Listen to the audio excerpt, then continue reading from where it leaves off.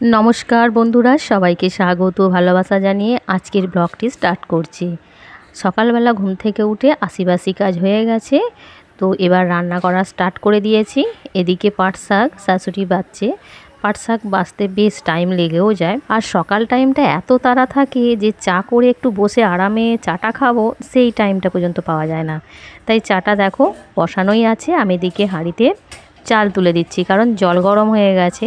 চালটা ফার্স্ট তুলে দিই, তারপরে বসে চা খাবো।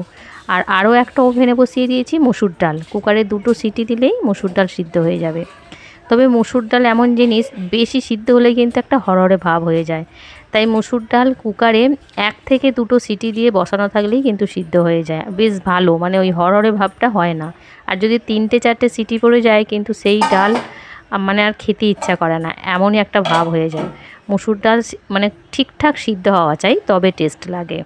আর এই যে উচ্ছেগুলো তোমাদের আগের ব্লগে দেখিয়েছিলাম, আমাদের গাছে উচ্ছে হয়েছে, তো সেই উচ্ছে তুলে নিয়ে আসা হয়েছে, এগুলো ভাতে দেব। আর যে কোনো জিনিস চাষের যে কোনো ফসল হলে না সত্যি খুব ভালো লাগে, 1টা-2টো হোক, কিন্তু তার আনন্দটাই আলাদা। আর এই করলা যে ভাতে দিলাম, আমরা সাধারণত কি করি, আলু দিয়ে করলা দিয়ে মাখি, কিন্তু আমি যেটা করব সেটা হচ্ছে শুধু করলাটা তেল আর নুন দিয়ে মাখিয়ে দেব। যেহেতু হাজব্যান্ডের আলু খাওয়া চলে না, তাই করলাটা ওইভাবেই, মানে নুন আর একটু সামান্য তেল দিয়ে ওটা মেখে দেব। তো এদিকে ভাত ফুটতে থাকুক, এদিকে আমি সবজিগুলো কুটে নিই। তো আজকে রান্না করব এই যে ঢ্যাঁড়স, তো ঢ্যাঁড়সগুলো এবার কুটে নেব। আর মসুর ডালটা সিদ্ধ হয়ে গেছে, ওটা বসানো আছে। সবজিগুলো আগে কুটে নিয়ে তারপরই ডালটা সাঁতলে নেব। তো এদিকে হাজব্যান্ড বাজার থেকে চলে এসেছে, বাজার থেকে নিয়ে এসেছে আজকে লিচু। এবছরে এখনও একদিনও কিন্তু লিচু খাওয়া হয়নি, তো এই ফার্স্ট লিচু আনা হলো আর কি। আর দেখো লিচুগুলো সত্যিই খুব সুন্দর দেখতে, দেখো কি সুন্দর রং, খেতেও আশা করি খুব মিষ্টি হবে, সুস্বাদু হবে। আর কি বলো তো, সবজি বলো আর ফলই বলো, সিজনের জিনিস যেটা ফসল বা ফল হোক, সেই জিনিসটাই কিন্তু খাওয়া স্বাস্থ্যের পক্ষে খুব উপকারী। শুনেছি এটা আর কি, তাই তোমাদেরও বললাম, ভেবো না আমি জ্ঞান দিচ্ছি। তো দেখো হাজব্যান্ড আর কি সবজি নিয়ে এসছে বাজার থেকে।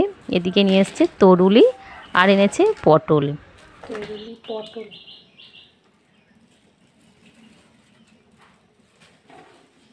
তো এই যে সবজি কোটা কমপ্লিট হয়ে গেছে। ঢ্যাঁড়সগুলো দেখো ছোটো ছোটো করে গোল গোল করে কুটেছি।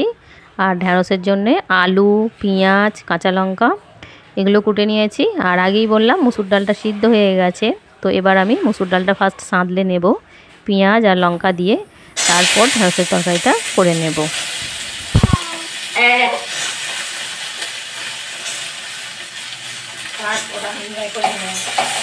তো এদিকে ভাত হয়ে গেছে, ভাতের ফ্যানটা ঝেড়ে নিয়েছি। আর এদিকে এই যে মুসুর ডালটা সাঁতলানো হয়ে গেছে। আর এদিকে ঢ্যাঁড়সের তরকারিটা আর কি, ঢ্যাঁড়সগুলো ভালোভাবে ভেজে নিচ্ছি। তো ঢ্যাঁড়সে কিন্তু মশলা হিসেবে শুধু দেবো সর্ষে বাটা, কাঁচা লঙ্কা বাটা। ঢ্যাঁড়সের তরকারির ক্ষেত্রে একটা জিনিস কি বলো তো, ঢ্যাঁড়সটা খুব ভালো করে ভাজা করতে হবে। ঢ্যাঁড়সটা যদি খুব ভালো করে লাল লাল করে ভাজা হয়, সেই যে তরকারির টেস্ট হয়, মানে আর অন্য তরকারি লাগে না, ঢ্যাঁড়সের তরকারি দিয়েই ভাত খাওয়া হয়ে যায়। আর এই যদি ঢ্যাঁড়সটা ভালোভাবে ভাজা না হয়, দেখবে সেই তরকারি মুখে দেওয়া যায় না। তো দেখো আমি আগেই বললাম ঢ্যাঁড়সের তরকারিতে মশলা হিসেবে শুধুই জাস্ট সর্ষে বাটা ইউজ করব। তো এদিকে তরকারিটা বসিয়ে দিয়ে চলে এলাম কলপাড়ে। এই যে পাট শাকগুলো ভালো করে ধুয়ে নিচ্ছি। তবে পাট শাকগুলো পরিষ্কারই ছিল, মানে খুব একটা নোংরা ছিল না।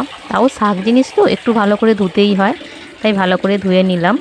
আর পাট শাক কিন্তু এমন, একে কিন্তু বেশি সিদ্ধ করতে লাগে না, মানে অল্প সিদ্ধ করতে হয়, বেশি সিদ্ধ হলেই একটা হরহরে ভাব হয়ে যায়। আর পাট শাকেতে আমি ভাজার সময় দেব পেঁয়াজ আর রসুন, রসুন মাস্ট, পাট শাকেতে রসুন দিতেই হবে, তা নাহলে কিন্তু ভালো লাগে না। এদিকে দেখো ঢ্যাঁড়সের তরকারিটা এবার হয়ে এসেছে, তো এটা আমি এবার নাবিয়ে নেব, তারপর পাট শাকটা ভাজা করব।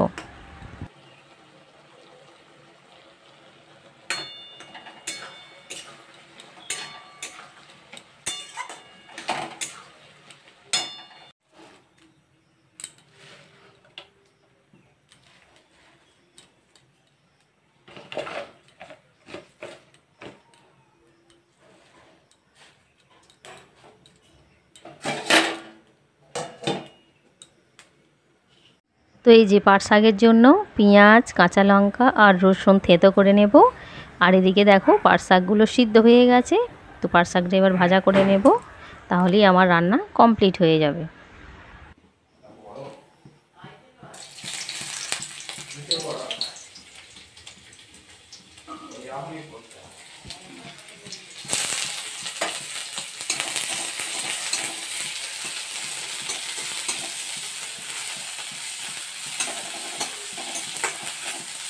আর পাট শাক ভাজতে এত টাইম লাগে কি বলবো। পাট শাক এমন জিনিস তাড়াতাড়ি ভাজা যায় না, খুব আস্তে আস্তে মানে একটা একটা করে মানে এমনভাবে শাকগুলো জড়িয়ে যায়, খুন্তি দিয়ে সেগুলো ছাড়াতে হয়। তো তা না হলে কি হয়, একটা ভাজা হয় আর একটা ভাজা হয় না, এরকম জিনিসটা হয়ে যায়। তাই খুব আস্তে আস্তে কন্টিনিউ খুন্তি দিয়ে নেড়ে নেড়ে পাট শাকটাকে ভাজা করতে হয়।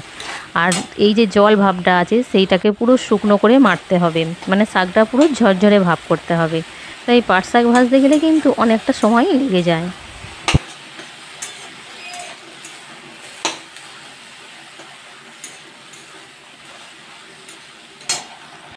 তো এই যে লাঞ্চের জন্য রেডি, এই যে করলা ভাতে, পাট শাক ভাজা, ঢ্যাঁড়সের তরকারি আর ডিমের কারি, আর এদিকে হচ্ছে মসুর ডাল। আর মসুর ডাল যেহেতু একটু তো পাতিলেবু চাই, তা নাহলে জমবে না।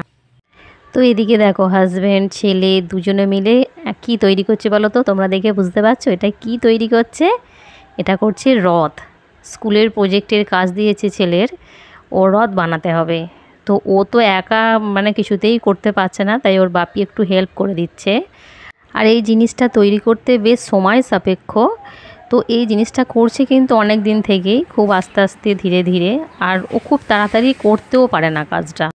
এবার সন্ধে হয়ে আসছে ননি, এবার সন্ধে হয়ে আসছে তো, আকাশ মেঘলা আর একদম সন্ধে হয়ে আসছে। ননি এবার বাড়ি যাবে, ননির দাদা এখানে নিয়ে বেড়াতে এসেছে। এটা কে? এটা কে? এটা কে? হ্যাঁ, ফোন নেবে?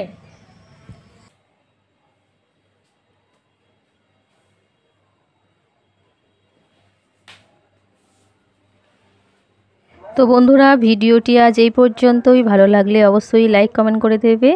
আগামী দিন আরও একটি নতুন ভিডিওতে তোমাদের সাথে দেখা হচ্ছে। ততক্ষণের জন্য সবাই সুস্থ থেকো, ভালো থেকো।